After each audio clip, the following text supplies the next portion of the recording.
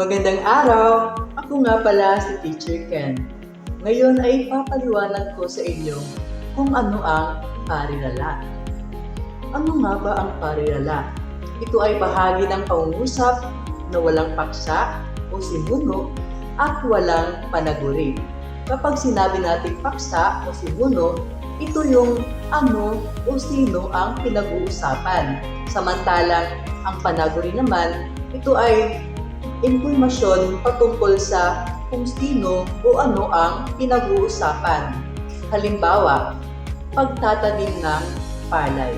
Diba, hindi natin alam kung sino ang kung ano o sino ang tinutukoy pagtatanim ng palay.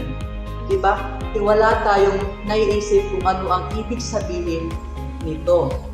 Pangalawang halimbawa ay tumakbo ng matulin. Sino ang tumakbo ng matulin? Bakit siya tumakbo ng matulin? At pinangaralan ang matalino. Sino ang matalino? Bakit siya pinangaralan? Yan po ang parirala. Hindi buo ang kaniyang diwa dahil wala itong sinuno at panaguri. Maliwanag po? Ngayon ay dumako tayo sa uri ng parirala. Una ay pariralang pang-ukol. Pangalawa, pariralang pawatas. Pangatlo, pariralang pangalabiwa. Pang-apat, pariralang pandiwa. Panglima, pariralang pang-uri. At panghuli naman ay pariralang pang-abay. Isa-isahin natin ang mga uri ng pariralang ito. Ngayon ay unahin natin ang pariralang pang-ukol. Ito ay naglalarawan ng relasyon sa pagitan ng mga salita. At ito ay nagsisimula sa mga pang-ukol na tulad ng alinsunod kay, hinggil kay, para sa, ng, at na. Tandaan na sa pariralang pang-ukol ay tatandaan nyo lamang na ito ay nagsisimula sa mga pang-ukol. Halimbawa, hinggil sa balita. Nasaan ang pang-ukol dito? Diba? Ito yung hinggil sa. Pangalawa, para kay itay. At pangatlo, sa bahay. Yung mga pang-ukol doon ay para kay at sa. Tama. At ang layo nito ay maaaring pangalan o panghalip. Kapag sinabi natin layon, ito ang tinatanggap ng paksa ng kilos o ideya. Ito ay sumasagot sa tanong na ano at o kanino. Halimbawa, dito sa halimbawa ay hinggil sa balita. Hinggil saan? Sa balita. Para kay itay. Saan? Ano? Sa bahay. Sa ano? Sa bahay. Maliwanag po ba sa pariralang pang-ukol? Magaling! Ngayon ay dumako naman tayo sa pangalawang parirala. Ito ang pariralang pawatas. Kapag sinabi natin pariralang pawatas, ito ay binubuo ng mga pandiwa at layon. Ngunit sa pariralang pawatas ay ang mga pandiwa ay hindi pa nababanghay. Kapag sinabi natin hindi pa nababanghay, ay hindi natin alam kung kailan ito ginawa. Halimbawa, sa manood ng telebisyon. Kailan siya nanood ng telebisyon? Manonood pa ba siya? Nanood na? O nanonood pa? Tandaan na dito sa pariralang pawatas ay hindi pa ito nababanghay. Hindi natin alam kung kailan ito ginawa. Pangalawang halimbawa naman ay maglingkod sa kapwa. Maglingkod sa kapwa, kailan siya naglingkod? Kailan siya maglingkod o naglingkod na ba siya sa kapwa? Yun ang sa pariralang pawatas. Pangatlong halimbawa ay magtago sa damo. Magtago sa damo. Kailan siya nagtago? Kailan siya magtatago? At kailan siya nagtago? Diba? Hindi natin alam kung kailan naganap ang kilos o pandiwa. Maliwanag po ba sa parilalang pawatas? Magaling! Ngayon ay dumako tayo sa parilalang pangalang diwa. Kapag sinabi natin parilalang pangalang diwa ay napakasimple lamang ito. Kapag sinabi natin parilalang pandiwa ay lalapian ito ng panlaping pag at inuulit ang unang pantig ng salitang ugat.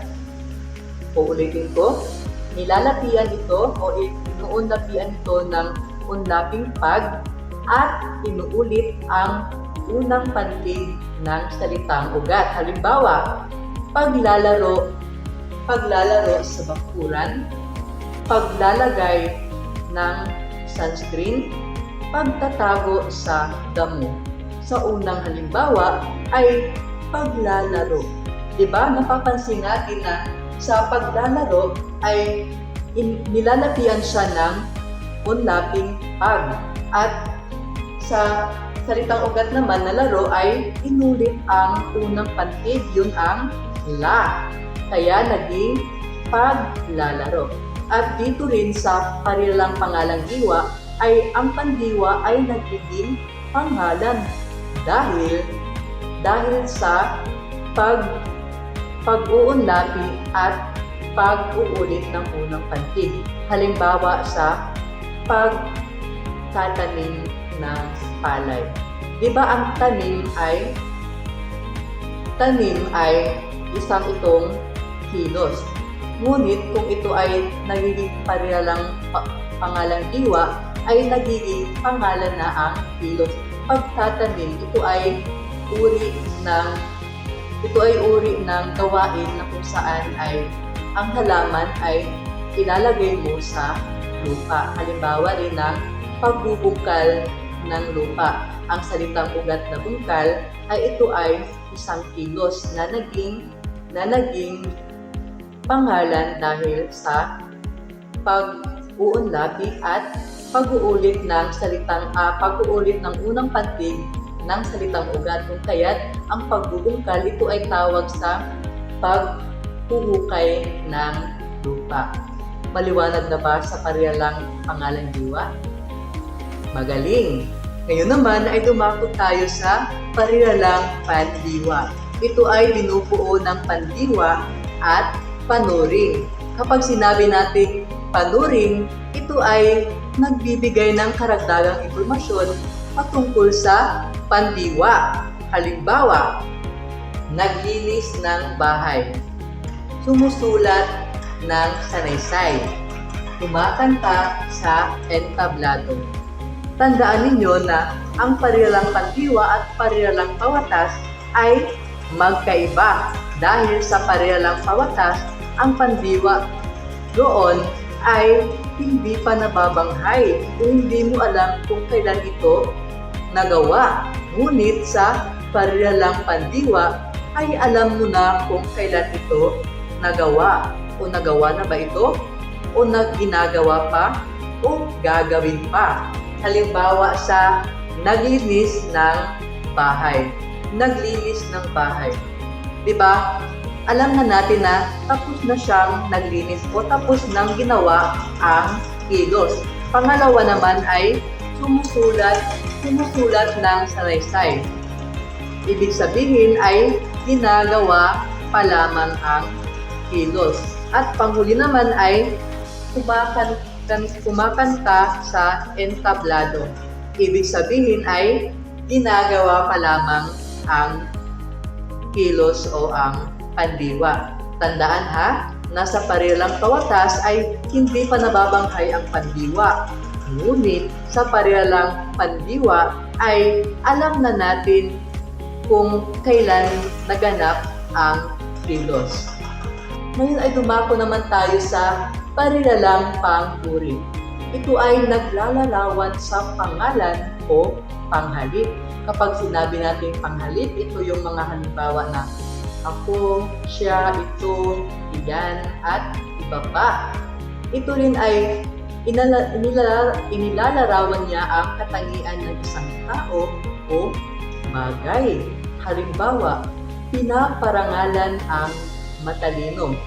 Itong matalino ay isa itong paglalarawan sa isang tao. Pangalawang halimbawa ay pinupuri ang masipag. Kagaya rin sa pinakaunang halimbawa ay katangian dito ng isang tao. Halimbawa sa bagay ay halimbawa sa paglalarawan ng isang bagay ay ito ba ay matulis? Ito ba ay makinis? At iba pang mga paglalarawan. Yun ang sa pariralang pang-uri. Ngayon ay lumapit tayo sa pariralang pang-abay. Ito ay naglalarawan sa pandiwa, pang-uri o kapwa niya pang-abay. Ito rin ay nagbibigay detalye sa kilos o paraan ng paggawa. Tandaan ninyo na ito ay nagbibigay detalye kung paano ito ginawa. Halimbawa ng naglakad na nakapaa. Paano siya naglakad? Nakapaa. Pangalawang halimbawa ay nagtuturo na nakaupo. Paano siya nagturo? Na nakaupo. At tandaan nyo rin na sa pariralang pang-abay ay ito ay sumasagot sa tanong na paano, kailan, saan, gaano, bakit, pero, at saan. Maliwanag na po ba sa pariralang pang-abay? Magaling! Ngayon ay kung titingnan natin kung naunawaan ba ninyo lahat ang aking mga tinalakay. Ngayon ay sagutan natin ang mga sumusunod. Para sa unang bilang, anong uri ng parirala ito? Sa ilalim ng kulay. Anong uri ng parirala sa ilalim ng kulay? Bibigyan ko kayo ng 2 segundo. 1, 2.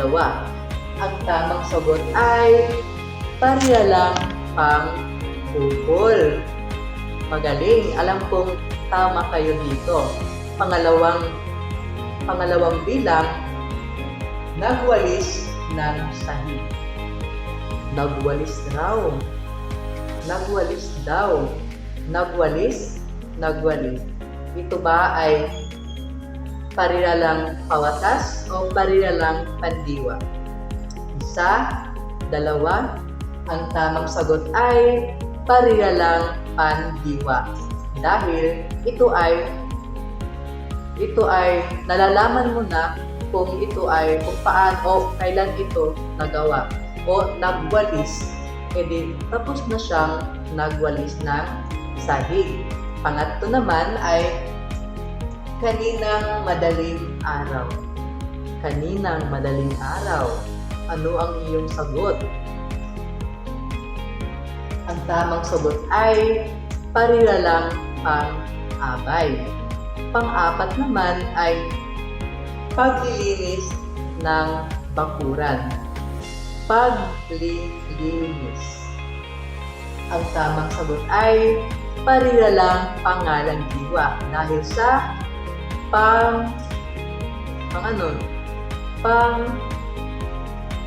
panlapi o unlaping at inuulit ang unang pantig ng salitang ugat.